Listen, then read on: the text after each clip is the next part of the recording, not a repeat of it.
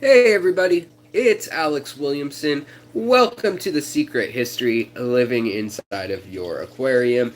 Today we're going to be talking about using every square inch of your aquarium. And I say this because I live in a place that is somewhat space restrictive. I can't have a 125 gallon in here. I don't even know if the floor would support a 125 gallon in here. I know that none of my tables would, and so what I do is I work a lot with Paper Wasp. How's it going? Welcome to the live stream. I hope you enjoy it. Feel free to interject at any time. This is a heads up for people watching this later that this live stream is about the people who are here right now in the chat room. So if they have a question, it's all about you guys. So Terry's Tropical, Peter Berlinski, Paper Wasp, all y'all, if you have a question, just interject. If I'm on a roll with something, I'll try not to make it too all over the place, and I'll answer the question when I get to a nice stopping point. But basically, I just wanted to kind of chat about, what I do to maximize the amount of stuff going on in an aquarium. If you've seen my channel, you know that I pack in like 40 or 50 species of plants into a tank a lot of times, and that then my non-high-tech tanks, I usually have a lower, middle, and an upper strata so that's what's going on right here. Let's flip this around. You don't need to see my mug. So in here we've got Corydoras and Pitagaras and Plecos on the lower level. This is the biggest tank I have, a 40 gallon. And next level up, we've got Gouramis, Danios, and at the highest level, we have a couple Tiger Teddy live bears, some more Hatchet Danios, some Tin Winnie Danios. By the way, you can see there's a lot of CO2 going in this tank today. There's a lot of algae, and so I'm kind of trying to battle that right now. And instead of it helping, it's just the bubbles are all sticking to that hair algae that's going on there and making my life awful. No, I'm just kidding. So then we've also got RU2 Pseudomagills. And the way I like my tank setup is so that at least every level has breeding going on it. So I try to think about that, and this requires doing some research, and then other than that, it really just requires cramming your tank full of plants for most species of fish. You want to have some rocks and hard surfaces for guys like plecos to be gnawing on, or for corydoras to kind of cruise over and scavenge, pick up little pieces on. Corydoras are one of my favorite fish. There's over 700 types. Right here you can see some baby sturbis that are cruising by and some baby pandas. These pandas are almost adults. These are baby plecos. So the plecos, I've had one litter of plecos born in here. There's a cave deep on the other side. And with a lot of my tanks, what I do is I will have the front a little more open with some of these bigger plants, like these fluffier plants, like Kabamba furcata or Rotala. Oh my goodness, look at all this algae. Good Lord. So, hey JH, how's it going, man? I caught some of your stream, but I couldn't chat. I just had it listening to it while I was doing water changes. Awesome stream, buddy. I'm excited about that tank, the Blackwater stuff. So yeah, I've kind of fallen off with my Blackwater tank. Oh, the quality of the video is awful. That's not good. Hopefully it kicks up a notch in a minute. I mean, this is it the color that's awful, or are you guys getting like Lego Man block effects, audio issues, and so forth? By the way, I can't stand looking at this. I gotta get this algae out of here. That's just too much algae. But basically, I like to use every part of my tank that I can. And I don't know how I'm ever going to get that algae off my hand now. One-handed, holding the camera with the other hand. You know, sometimes I do things, and I don't think about them, about the end results. It's like I'm a child wandering aimlessly through a conversation. But so in this tank, I have let's see, let's count them up. Let's do a rundown just in this tank, because I think if you have a tank, you live in the city, you're low on space, maybe you're low on money. I would do one tank. If I could go back and do everything again, I would do one tank that is an aquascape tank, at least one tank, if not a couple, and that also functions as a breeding tank. So that means sticking with smaller fish. And in this tank, I have an entire back area that's just shoved with moss and pearlweed. And it's just a tangled, snarled mess of catappa leaves and algae. And just the whole point of it is that a third of this tank is for fry to hide in. It's for baby fish to get away from their parents. Here you can see I've got some baby panda cories. In this tank, I literally do not separate anybody from their parents. I just let things go. And if you give them enough caves and little blocks and sticks and things like hiding spots, I've got like sticks here that go into a cave that you can kind of see over here. There's ledges and stuff. Your animals will find their niche. You want to do research about who's going to occupy the space. Like I've got 20 Corridoras in here. I shouldn't push it too much more, so I'll have to be taking out the babies that are being born in here, because I've got these plecos and stuff in here too. We've got the double reds, super reds, and now without me doing anything, I'm getting about 5 cories a week, babies, and probably 3 of those are surviving. And that's just, they lay their eggs somewhere back in here. It's in this section. The cories have kind of taken it over because it's got dense grass, it's got sticks, it's got rocks, and so they kind of have to get through this thicket of stuff to get in there. And for the most part, the other fish want open waters and stuff like that. So the open water fish, these danios mostly, these are all from Myanmar. Or Burma, as it was formerly known, and Malaysia, and Thailand a little bit, I guess. But these guys are all just different danio species. This is a gara. This is a panda gara here, sometimes called rainbow garas. They eat algae. And so right now I need to get this tank under control. Last weekend I thought that we were having a aquascaping judge come over from ADA, from GSA, our Seattle club, also an AGA member. But basically I nuked the tank with ferts. So you can see, even on this really bad quality live stream with the colors awful, you can see that the plants are blood red and pink and orange and purple and just really cool colors. But that's because I upped all the ferts. Now, the fallout of that in the long run was now I have to deal with all those ferts, and I'm going to have to put in some carbon probably to absorb that, do some water changes, do some manual removal, and then dial back the light a bit. But that's the reason you're seeing this. And I just want you to know that when you see algae, that's not... Hey guys, we're going to go upstairs because I'm a little ways away from my router, and so maybe that will help. As I've learned, it's just on the weekends, which is when everybody wants me live cast.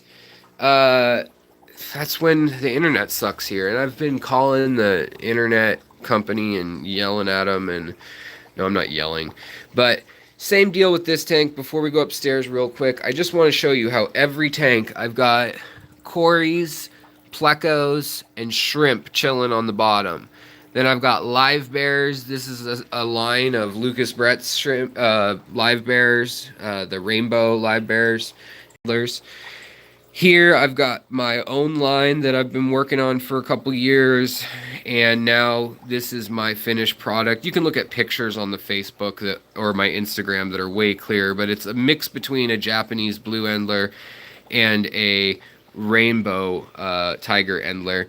And then we also have all the red shrimp in this tank chilling on the bottom levels. And then we have Corydora hebrosus, which breed. I started with 6 of them in here, and there are probably 15 now. So up here, there's only 2 critters, so this isn't my normal deal, but we've got blue Hawaiian Moscow guppies and all their babies. I started with 3 of them from Bentley Pasca. And then we've also got all these yellow Neocaridina shrimp, and they literally, with the full moon, all just had babies. So I had 7 females buried, and you can see in the most recent video that all gave birth within 3 days of one another, which is nutty. So it's kind of cool that they sync up like that. It also makes it so that my guppies don't just eat all the babies. There's lots of hides in there too, but let's go upstairs. Maybe the quality will be better up here, hopefully, just out of the fact that the router is literally there. I do have a booster downstairs, but clearly it don't work. So in this tank, this is another show tank per se. This tank, hebrosus are great. I love pygmaeus also, but hebrosus I just like for some reason. Their derpy little faces. Here we got a coolie loach, super algaed out under there, and they're just so alien. Sometimes I'll reach my hand in this tank, and I'll just get a handful of coolie loaches, and it's just like, what was that? Aliens. So also the Malawi shrimp are doing really well. They're breeding like I've never seen before, which is great. The blue Neocaridina is breeding. Also, remember when I took this this Anubias, this is white Anubias like this. It's not doing so hot in this tank, and white Anubias doesn't have enough chlorophyll for itself to get the energy it needs. So you got to keep it high up near the light or under intense light, and in that case, that's not how Anubias really grows. It's a low light plant, and so I don't know. It attracts more algae than anything, this tower of Anubias. I think I'm going to redo the way this tank is set up. I think I want to do some carpeting, stuff like that down low. Maybe an Iwagumi style tank, but I just have such bad collectoritis where like this tank has 40, 50, 60 species of plants in it. Everything from like Pearl Rotala to Ludwigia x lacustris, Ludwigia x arcuata, Hygrophilia, Cabamba furcata red, purple night, sword fern, or sword plant, I should say, and about 16 types of Rotala that I've just trimmed from other tanks, as well as 15 types of Boos. So it's more than I can handle, to be frank. Like it's a big juggling act. So I moved the CO2 over to this tank because my Bucephalandra has been blooming. And this is another way you can take advantage of every square inch of your tank. Build ledges. Build places for things to crawl up and climb. Obviously the bottom is down there. And I leave some open spots for my cribs and for my plecos. The crib babies, the cribensis babies, are all over now. They're swimming out in the open, and I'm sure one will swim by this Bucephalandra and Anubias setup. But what I just wanted to show you is that you can have sword plants, you can have rhizome plants, you can have bulb plants, all anchored up off the bottom. So, I mean, look at this Anubias here. It's doing fine. Some of the Anubias can sometimes get the algae and stuff if it's out of the current too much, and like back in here in this dark area. But for the most part, all the new leaves coming in look fabulous, look great. So I'm not worried about it. It's just kind of those old leaves get old and then they fall off and you need to trim them. Also, the bulbitis and stuff. So if you don't have a light that takes up your whole tank, don't fear. Put low light stuff in. I've got this Madagascar lace plant that I got during. Ow, you know what? My leopard Danios, that female bites the heck out of me, and she doesn't have like teeth. She's got like little plates in her mouth that grind, but it feels like someone like pinching and twisting your skin for half a second. It's just annoying. It's like, I feed you. You're not getting food today after that, whatever. So, the other thing I wanted to show is that this Madagascar lace fern came out of a bulb this big. Got that bulb at the wet spot on sale for, I think it were like $6 for 3 bulbs or 4 bulbs. Put it back in there. A lot of times I'll start my bulbs out in the open, or I'll start plants in the open. Like down here, we've got some really kind of delicate. There's all the baby cribs, by the way. They've got the red eyes. And then the puffers. There's some puffers down in here too. Hello, puffer. But, my crypts, my delicate cryptokerns and things like that, they're all down in here. Some of the more delicate plants are down in here. And then all my leaf plants, leafy stem plants come up through here. And then in the back corner, like that's a cryptokern. That's a red tiger spiralis. But what I do is I will kind of move away. I'll move plants away from a delicate plant.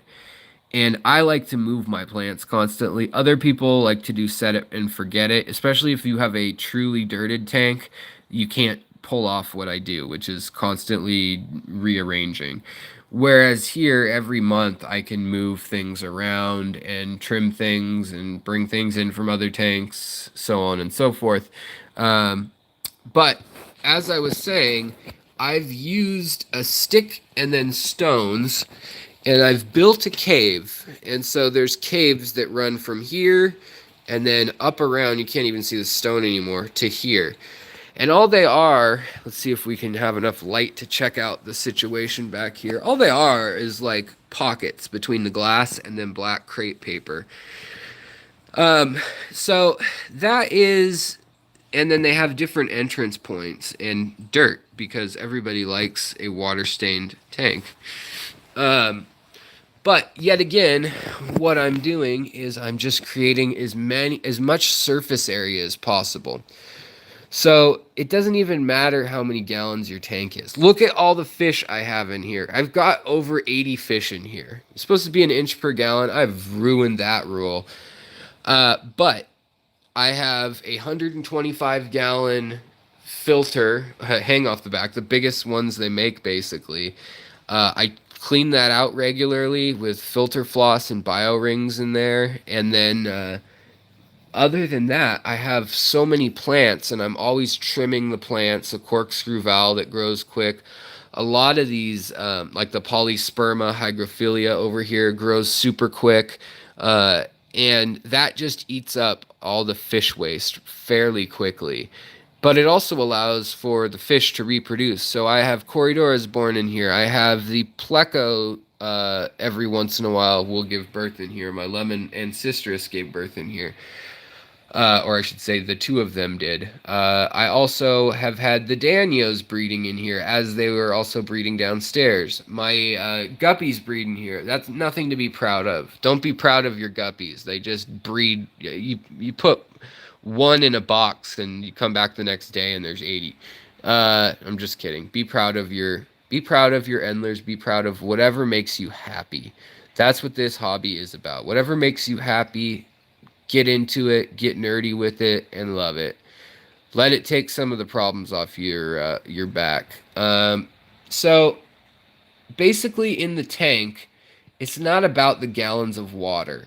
They do play a role because you can only put so much of, various waste elements in the water.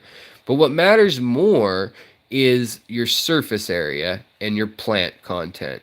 So your plants are eating the ammonia, the nitrates, the nitrites, the carbon, the nitrogen, the phosphorus, and a couple trace other metals and elements out of the water column, but they're getting most of their big stuff. So, other than oxygen, nitrogen, carbon, and phosphates, everything else they're getting from the ground more so. Their roots take up 90% of the heavier macronutrients.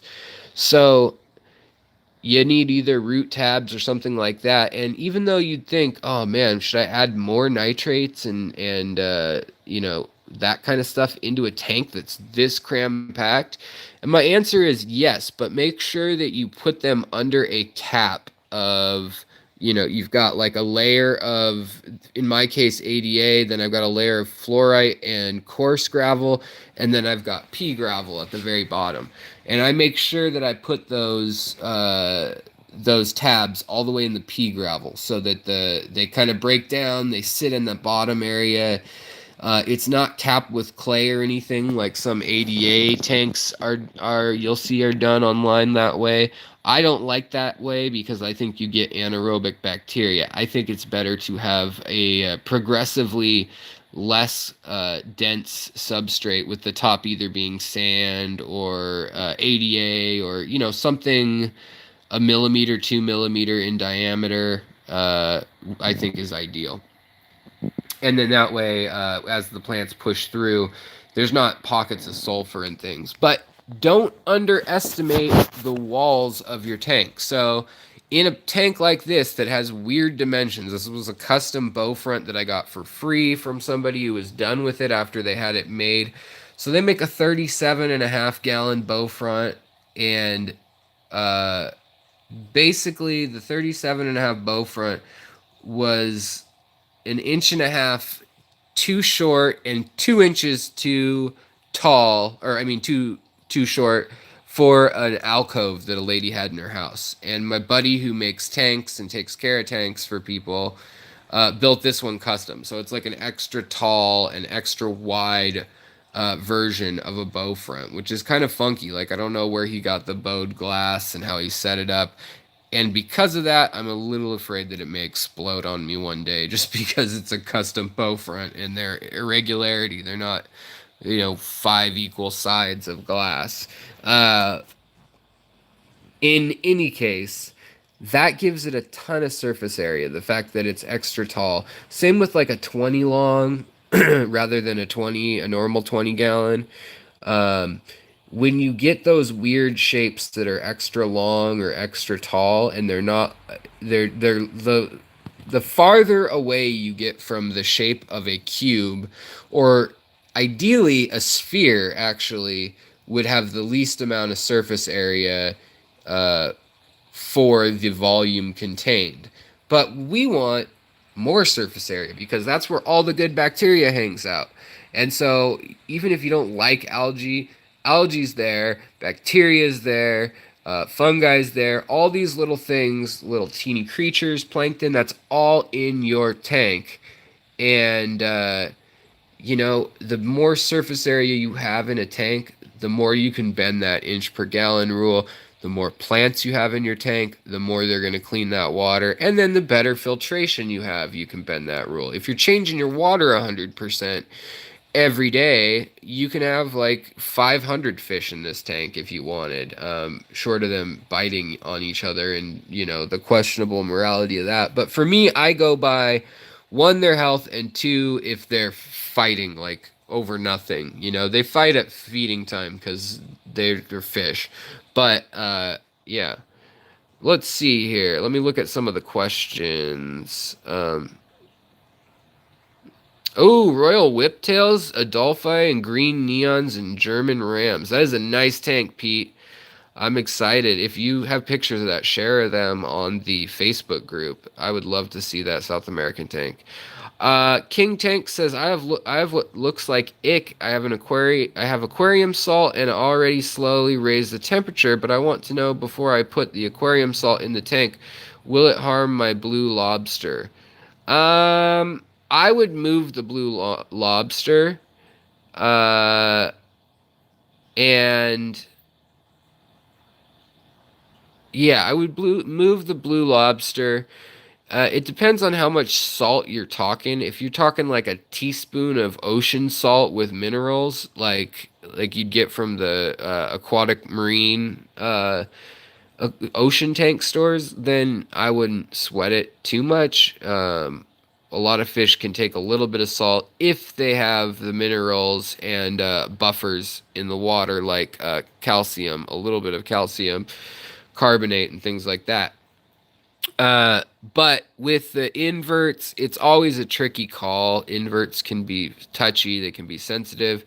Same goes for a lot of nano fish. They can be a little sensitive just because they have very niche communities a lot of times where the parameters may not change a whole lot. Like any hill stream species, you want to be careful with because they get floods of like no TDS water, nothing in the water, just pure rainwater, and then they have slightly less than that. So like any species that's from the mountains, from a moving body of water, I would be careful with. And then anything that lives in a really acidic jungle, like a licorice gourami, something like that, that really needs that acidic tannic water, I'd also be careful with that. But for the most part, most of the fish in the hobbies, all live bearers, Siamese algae eaters, your Corydoras, things like that, they can handle a little bit of salt.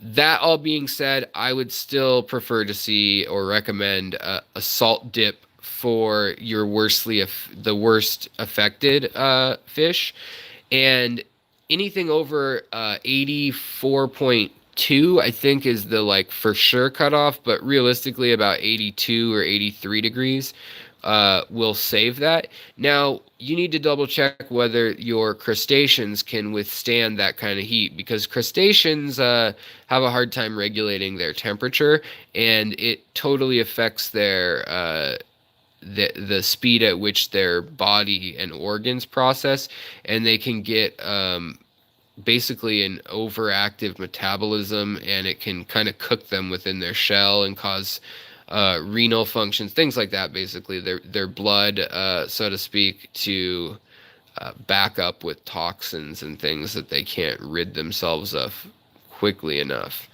It can also trigger premature molts and things like that, and then they may not have the minerals and vitamins and calcium needed to complete that molt. So I would be careful. I would take your main badly affected critters out of the tank, do a salt dip that's less conservative, and then put them back in the tank. Also, I would get some ICX if that doesn't work. But a lot of people have been doing the salt dips and then the temperature change. But you just want to be careful. Look up your fish, whatever fish it is, and just make sure it can tolerate that temperature. Somebody mentioned panda loaches, and panda loaches, yes, they are still considered a rarity. They only come around usually one time a year, basically, and they have been bred in captivity, but not in mass, en masse. And let's see here. Tetra Keeper says a panda corridor is bred, but I accidentally killed the eggs. Well, I don't know what to tell you about that. Don't do that. No, I'm sorry. What I do is I watch for the behavior. I have a video talking about the behavior of Corydoras before they breed. They make a formation called the T formation. And you'll see the female is the top of the letter T, and the male will headbutt her right in the belly where her eggs are, kind of in that upper chest slash mid belly area. And they'll go up and down the glass, kind of just cruising around and, like, I don't know, being all active and hyper. And they'll literally headbutt the female until an egg or two gets knocked out, and then she'll be like, okay, I get it, you want babies, I'll lay some eggs. And some breeders actually will pick up their fish depending on the species, but some Corydoras, and they will actually squeeze the eggs out. Please don't do this unless you know what you're doing. You might just crush your fish. And also they have spines, so you might also prick yourself. And some of them are venomous. So, Aquaballs, how's it going, man? I hope you are doing well. It's going well here. You know what? That's a bit of a lie. So let me take an aside. I know we're into the castaways, and I was talking about castaways. We were into the live cast quite a ways there. That's more clear. I just wanted to talk to the community at large. I've had something occur recently several times now, and it's devastating to me. I just found out that a subscriber committed suicide. I tried to contact them and was informed by their family.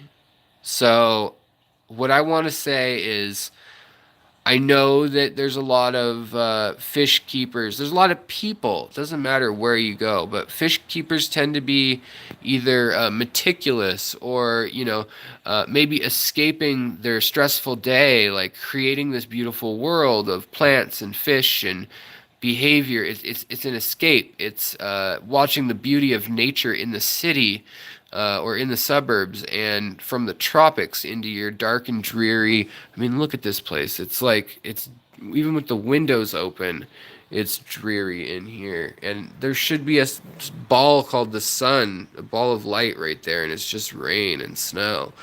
I mean, this is how light my room is with the sun blaring in right now is the angle it should be at. But it's hard. Sometimes life gets you down, and I just want you guys to know that especially in this hobby, there are so many people that are feeling like you are. Whether you've got a substance abuse issue, whether you don't think it's an issue, but you just find yourself drinking a lot because you're, it's just fun. Maybe that's what you think. And I'm not chastising anybody. If you like to do that, your life's in order and you're happy, then drink away, responsibly. But I just happen to know several people recently that have not made it through. And they were part of the community here. They may not have spoken that much, but one of them wrote me emails personally, and a lot of you guys do. I talk to a lot of you who are never on live streams, who never comment in public, and to me, your relationship and our relationship means a lot to me. I've been through times when I didn't want to live anymore. I don't want to make this like an infomercial thing. I've gone through chronic pain. I've been, this isn't about me, but I'm just saying that I know how that feels. I know what heartbreak feels like. I'm lucky to have a loving wife who gets me through things. I got hit by lightning recently in June, and it's been really trying. We were trying to have a family, and now biologically, I don't know if that will happen because of nerve damage and things. That really changes what our plans for life were or are. We don't know yet, Also, 30 some grand now in bills with dental. I know life gets overwhelming, but I want you guys to look at the little things. Even if you can't stand about thinking about what you need to fix, or if you think something's broken and beyond repair, it is not. And if it is, in the rare cases that is something that happened in life, you gotta move on. You just gotta make amends and move on. Every day is a new day. You don't know when you're going to laugh next. You don't know when you're going to meet the love of your life or when you're going to lose the love of your life. And so every moment is precious. I know this sounds like some hippy-dippy ball, but it's really true. Since the lightning thing, when I couldn't write my name, now when I write my name, I think, how cool is that we have these muscles in our fingers and then our brain thinks about it and we can just get them to do that. You know how many people there are that would just, I mean, give anything to be able to control their hand like that, or to have their hand back. Uh, you know, people don't have hands, people don't have legs, people don't have eyes, whatever it may be. We're always taking something for granted. It's hard not to. I mean, that's just life. We'd waste all of our time being amazed at how awesome life is if we did if we did give proper respect to everything that is amazing and beautiful in the world, and with ourselves. But I just want you guys to know that one, you can contact me. There's other people out there. I promise you, even if you think that you're alone, or that people have cut you off, or that people are not worthy or willing to talk to you, that they don't understand, someone does. These are things that we feel when we're human. They're not unique. I hate to say it, but you're not special in feeling these feelings. Too many people are feeling these feelings right now at any given time. And at the same time, there's some of us that have been there and are feeling good. And it's our turn to help you carry the weight. And so look for those people in the community. I want to offer my support to anybody who needs to talk. I don't care what it is. If you just want to spill your guts, if you don't want to talk about anything but fish, but that just helps. It's 2 in the morning. I have people where, I don't sleep well because of my pain and because of some of my injuries, and we'll talk at 2 or 3 in the morning, and we'll just shoot the breeze. And I lost a subscriber this week, and then moreover than that, I lost a friend, a very close friend who had drug problems. He'd been to rehab 8 or 9 times. He was 38 years old, and he just decided that this time he couldn't go through it again, and he checked out. He quit, took the easy way out, so to speak. So think about the people around you. Think about the miracles of life around you. You don't need to be religious. You don't need to be anything. It is amazing what is around us. It is awesome what is going on in our tanks.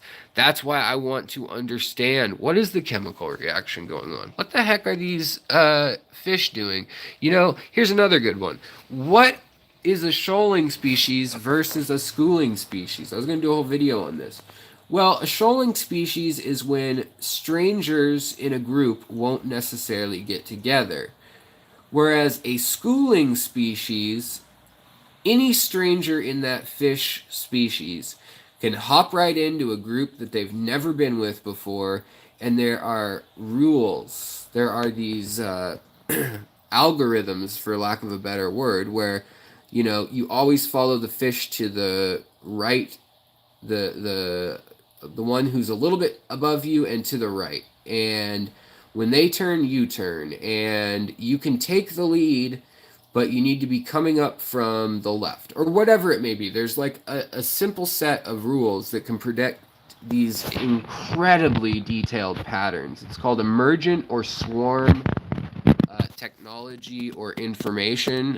Emergent information is a really great field that they're learning about, how ants and birds and fish make these crazy swirling complex patterns that seem random, but there's actually some order to them. And so fish like neon tetras, they'll adhere to that. Rummy nose tetras, that's one of the only fish that in under a 100-gallon tank will properly school. Rummy nose tetras, they only need, it's been found, 30 individuals and 100 gallons to properly school. And that's when you get some really cool effects. Now, shoaling is when fish get a little bit scared. They're aware, the 12 neon green tetras that are in this tank, they know who one another are, And when they get scared, they clump together and they kind of follow a general instinct. And that's a shoaling fish. They kind of wander around together, and one will lead off and do their own thing.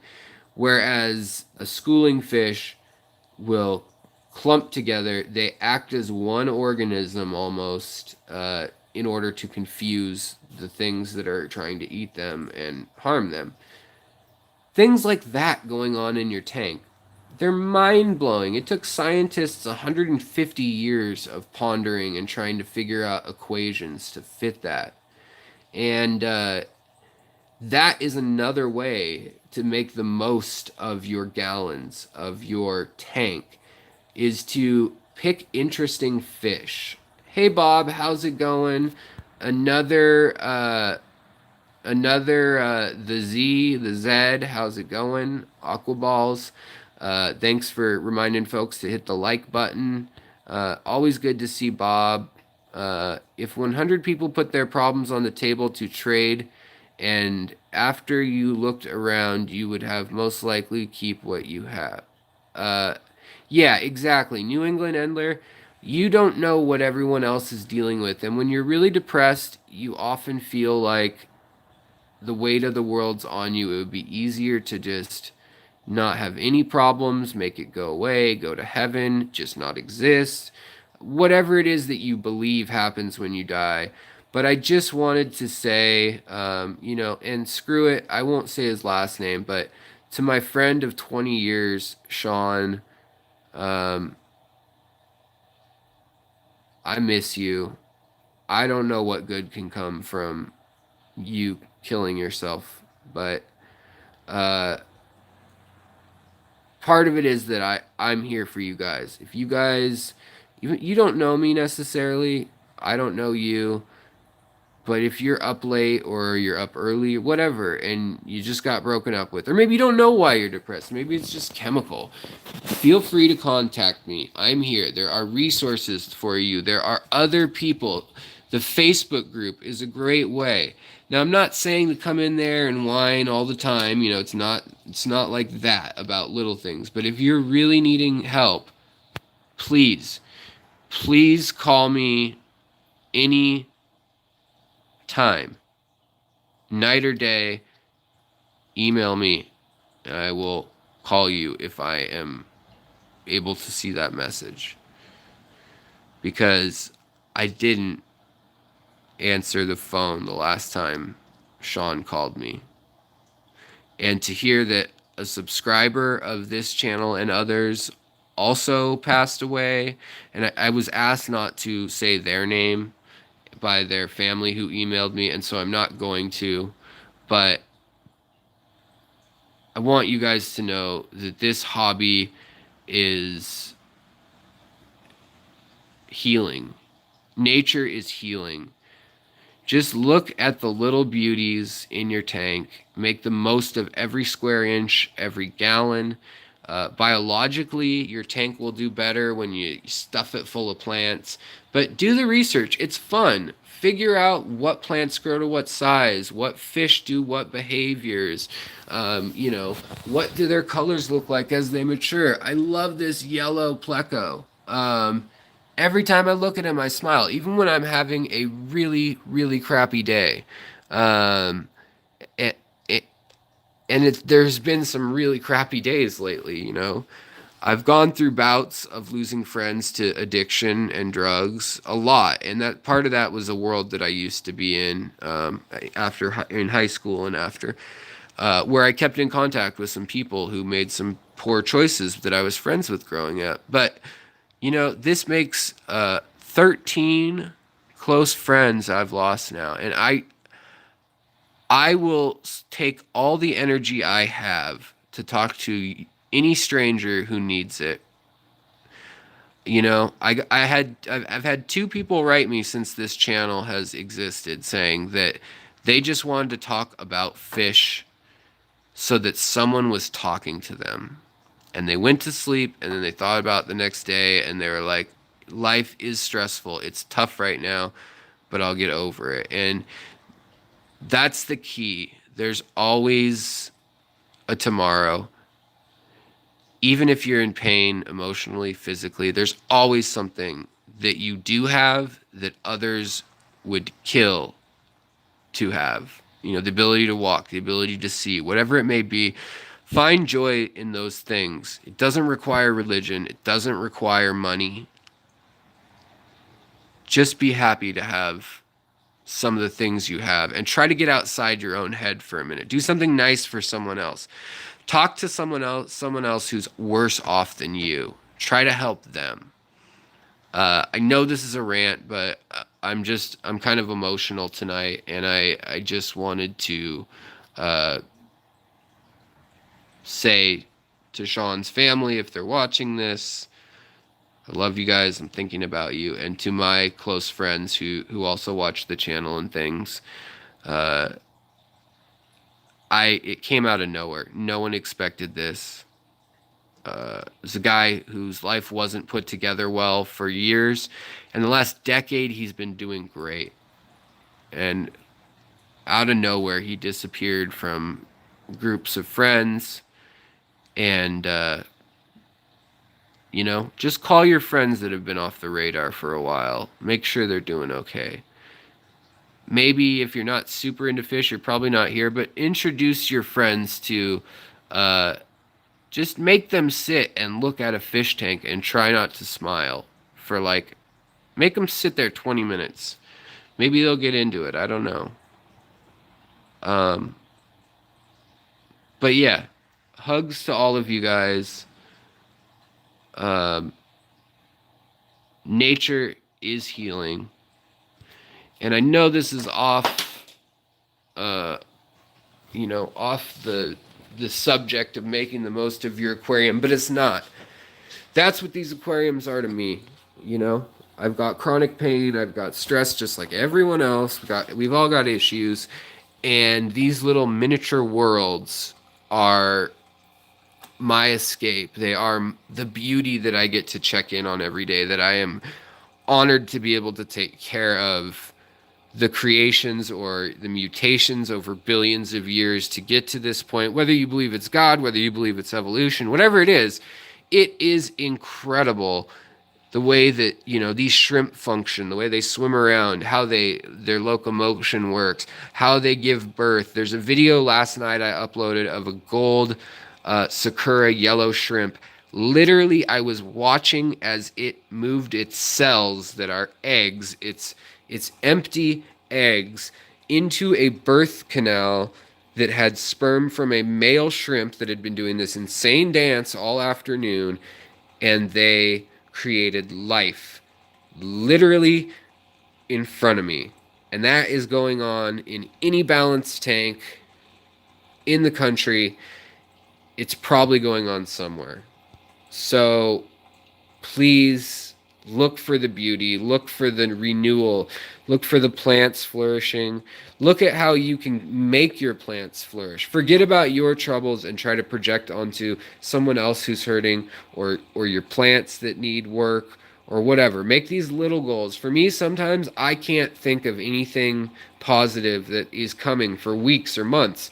But to me, like making sure these little shrimp or fry or something survive, and that I take care of them, and that I see them through to an adulthood and share that experience with you guys, that's enough to keep me waking up and checking in on them and getting past it. And then I get past it, and then I'm totally back to a loving, excited about life place. You will get back there no matter how dark it seems. Okay, infomercial over, or whatever you want to call it, public service announcement. But I've just lost 2 friends to suicide this week, and I have lost another to cancer, and I have 2 other friends with cancer, and it's just a bizarre world when 2 people do not want to live. They are dying to live. They would kill to live. That's all they want out of life. To be able to enjoy the little things, to spend more time with friends and family. And then on the other side, the same kind of mindset and person in another situation, all they want is to die. That's all they want, is to go away, to stop the pain. And these people exist in the same place with the same kind of minds, you know? And it's ironic, it's sad, it's tragic, and I'm just dealing with that right now in my life. And I want you guys to know that this hobby is more than that, that the fish fam is more than that. I know people like JH Aquatics and Betsy. I know a lot of people in this hobby that have had late night talks with people or needed late night talks, and we help each other through things. JH and I both have, and I don't judge anybody who wants to use drugs or drink or whatever, but him and I are both sober, and as is Corvus Ocean or Joel Christensen, and you know, even if we're not the closest friends or whatever, just hearing each other, watching what we're up to, knowing that someone else is out there getting a kick out of it, that is maximizing your aquarium. That is what the hobby is about. Don't just keep fish to, like, you know, placate what you think should be in a fish tank. Do what makes you happy. Find the fish that makes you happy. And that's more important than any, you know, being able to breed here, being able to breed here and here. For me, that puzzle is what makes me happy, and I try to do that in every tank. Like, we got killifish that can breed up here, we've got rasboras that can breed in here, and CPDs, and then we've got shrimp down here. So for me, that is what gives me joy in this hobby lately, is trying to make as many little breeding ecosystems as possible in every tank. And that means that I don't need to worry about the algae as much as sometimes. You know, sometimes I get hung up on algae, or you get hung up because you lost a couple fish or whatever. All of that happens to everyone. It's a lesson about life, and, you know, it helps you move on. It lets you see that, like, yeah, you want to quit taking care of fish sometimes. You're like, I just killed $500 worth of fish that I've been taking care of for years, or whatever it may be. And, you know, there's reasons to stick with it. There's reward every day. And I do not have any Tangican cichlids at the moment. I do have some African dwarf cichlids, Crensis and things like that. Pulcher and Tiniatus of several species. So, I'm going to leave tonight at this, but I just wanted you guys to kind of think about maximizing your tank. Increase that surface area. Add plants. Forget the 1 inch per gallon rule. Get to know what fish you have in your tank, what fish you want to add to your tank. Think about, like, you know, a pleco makes a lot of waste. A Pecolita pleco that is, you know, like a leopard frog pleco, for instance, they're going to make a ton of waste because they have a lot of protein, and that protein breaks down into a lot of ammonia. Whereas a bristlenose pleco, yeah, they make a lot of poop, but it's algae and things like that. So, let's see here. I'm just reading some questions.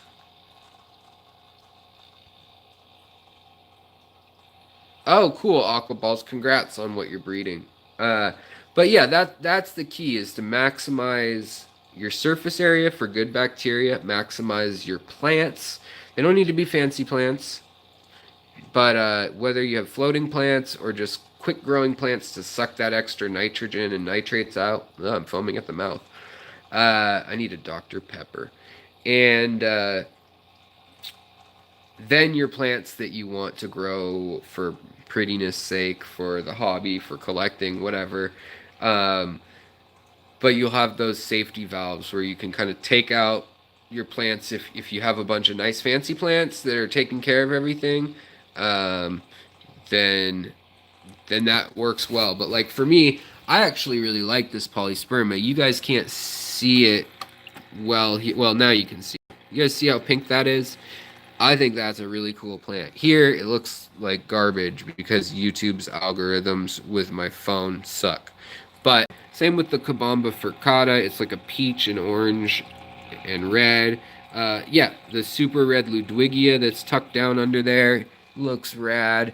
Those are the plants that I'm keeping, because, and the Anubias and the Bucephalandra of different species. The skeleton boost that's got that metallic sheen, and you can see the veins in it. This one, they're all running the same way. This one, they're split up a little bit more. Right here, you can see that they section off, and it's got red and gold in it. This one is an algae boost. No, I'm just kidding. That would that needs to be cleaned. But you can see the Achilles boost with the more gold, and down here you've got a tricolor Kendang that has this really cool like maroon, bronze, green, and yellow leaf. I love these plants, and yeah. Um,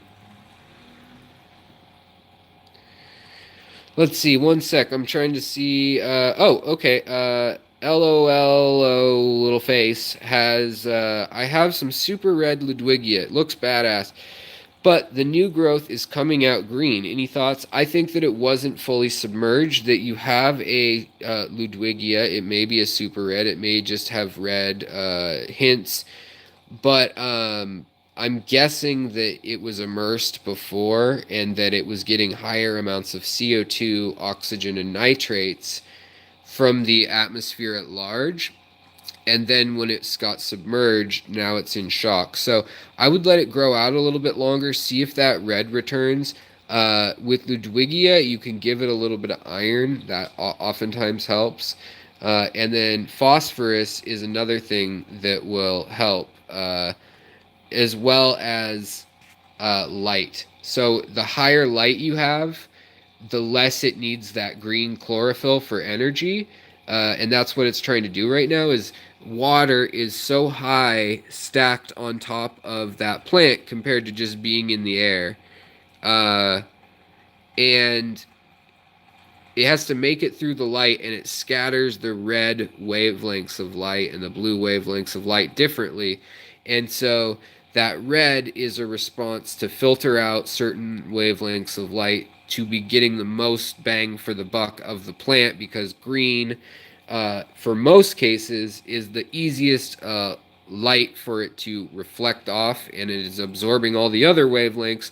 Red being the opposite of green, kind of, or orange, whatever. Orange is the opposite of blue or green.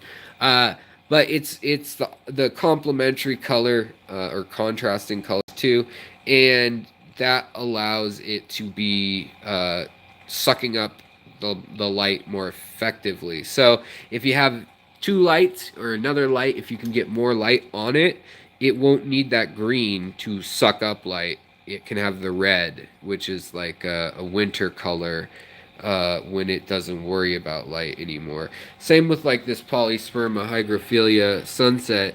It turns pink as it gets close to the top. Before it gets close to the top, it looks like this. It's white and green. So, Alex, anyone can I keep moss in an outside pond all year? Oh yeah, moss is great. I've had moss freeze solid as well too. Natalia Spencer, thanks for answering that one. I appreciate it, and welcome. Scottish Aquatics, hey, welcome.